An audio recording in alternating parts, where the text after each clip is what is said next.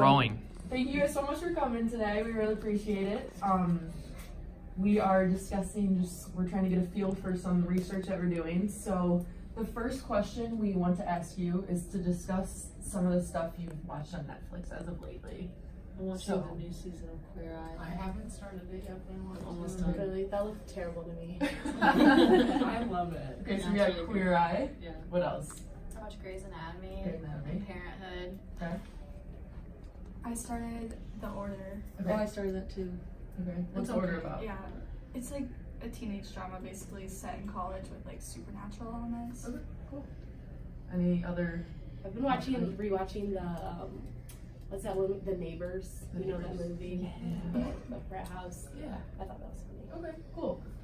So now we want you guys to imagine that you were presented with two different movies on Netflix that you could choose from.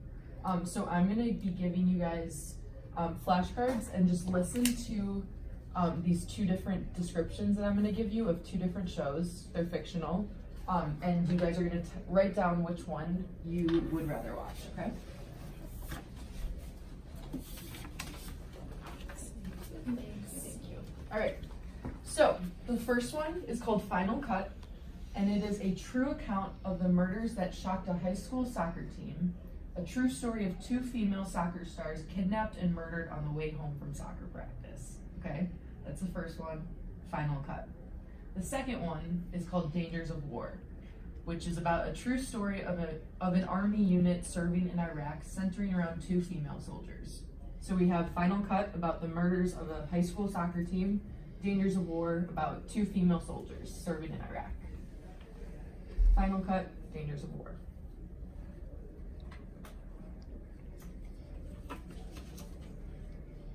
Okay, everyone have that? Okay, so now we would like you guys to flip over your card and show us or tell us which movie you guys picked. Final Cut. Final Cut?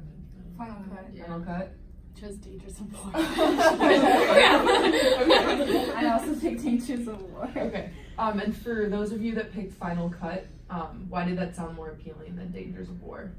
I also watched the Ted Bundy. It made me think Yeah. of the Yeah, Ted same. Bundy one too. The Ted Bundy one? And I liked it, so I'm like, oh, something similar to that. Okay. Yeah? And Yeah, it's like I a agree true with that. story, so I think that always makes it better. Okay. Okay, cool. And then for those of you that picked Dangers of War, why? I just thought the Final Cut one, like, that just sounded like sick. Like, Yeah. I don't want to watch that. Like, am I, like, trying to be, like, entertained time? So I felt like Yeah. the, like, war story is a little more inspiring and, like, has a little bit more, like, truth. Even though I know they're both true stories. Totally. I don't know. I feel like it's more accurate when you can, like, do that.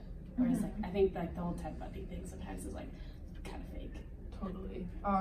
So for those of you that talked about the Final Cut and how you guys were talking about Ted Bundy, what were your guys' reactions to the Ted Bundy thing? I watched it. Just was crazy. I got away with it, really.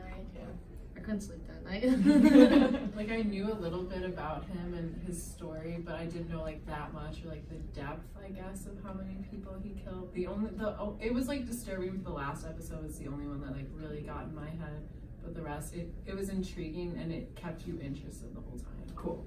Cool. Yeah, I completely agree with that. So we invited you guys today because we were interested in learning about people's perceptions of different types of media content, and today we're focusing on true crime media. And that's what our research that we're going to be continuing on is going to be about. So can I just ask you guys what adjectives come to your mind when you hear true crime content and why? Like, so if you hear like the Ted Bundy thing, like what comes to your mind? Or what's an adjective that comes to your mind and why? If you guys all mind answering that. Start with you. I think like chilling, like it has to like freak you out like a little bit, but not enough where you're like so disturbed that you can't continue watching it. Totally. Entertaining. I think it really like pulls you in from the first episode. Absolutely. I would just say like crazy, because it's crazy that someone gets away with that sort of thing. Absolutely. I was to say like suspenseful, like 60 minutes shows. I think it's like really interesting because it shows like a true like glimpse into like actually like the justice system and like how that works because you don't really get to see the behind the scenes in that. So I think that's really Absolutely. I would just say scary that can happen to young girls. Absolutely. Okay. And then I'm gonna ask each of you guys this question as well. Do you feel that more girls watch true crime content than most guys? Like, would you say that amongst all of you and your guy friends that it seems as if your female friends are the ones that are talking about it more than your guy friends? Is there any? I think it's something we have to watch out for more. Yeah. And it's like kind of shows you what you should look out for. Totally.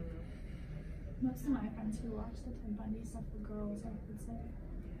Yeah, I think my guy friends more watch like the 20-minute like Office or those types of shows rather than like 40-minute episodes because they say that they get bored during those episodes. One of you just mentioned that it's something that women have to worry about more so than men. That's kind of, I could agree with that as well. So we have found data that that shows that women are much more likely to watch the true crime medium more than men, even when it is not strictly marketed towards them. So why do you think that is? We kind of just addressed that, but any other insights for that?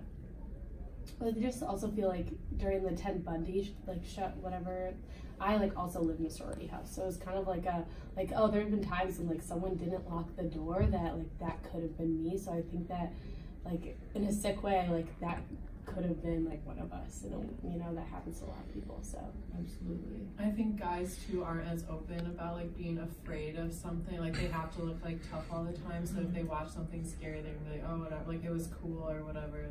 But I think if you said like Ted Bundy was cool, then it's like backlash. So I guess they can't really have a reaction about it. Totally. No, I completely agree. With Ted Bundy, like my one friend who watched it, like the movie coming out was with Zac Efron, and she thinks he's so attractive, and that might play a role in it too.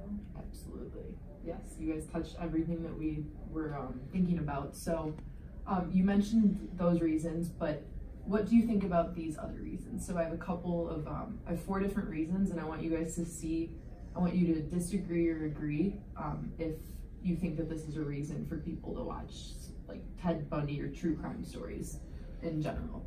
So for the psychological content, women want to understand why people do things so they can see it in their own life.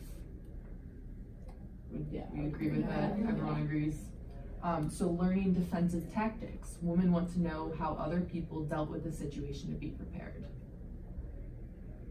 yeah, I'm like more neutral, like disagree on that. Like I don't watch it to be like how to defend myself. Right. Maybe like a bonus. I Yeah. would say. Like watching you, I have like all my social media is private, Yeah. but like still like even if some followers, like how much could they really find out about me? A lot, right? Totally. The desire, so another reason you think that this could be that people watch, the desire to fix or save a partner, meaning the desire to, like, no, I don't like that question. Well, like I get what you're saying with like, Yeah. oh, like I'm gonna get a boyfriend to like fix him up. Yes. Yeah. Like, would like to. Do any of you guys watch this or know people that would watch this to be like, wow, like there's this crazy man, I could fix him? Is that in anyone's eyes? Okay. And then another one is underlying sexual desire. There are some people in the world that have that. Whether you guys want to admit it or not, there are people that are interested in this stuff. Like, is anyone? So we have been very keen on unlocking this part of the sexual desire thing, but we haven't gone into much research about it, so that's why we had to ask that question. But before we close, are there any other reasons you think that we are missing on explaining this whole phenomenon? Like Ted Bundy coming out with Zac Efron, he's an attractive man. That was a really good point. Women just wanting to see these attractive men acting, whether it's fake or not. Are there any other reasons that you guys can think of as to why people are so infatuated with serial killers right now? We touched on a lot of them, but if anyone has any other insight.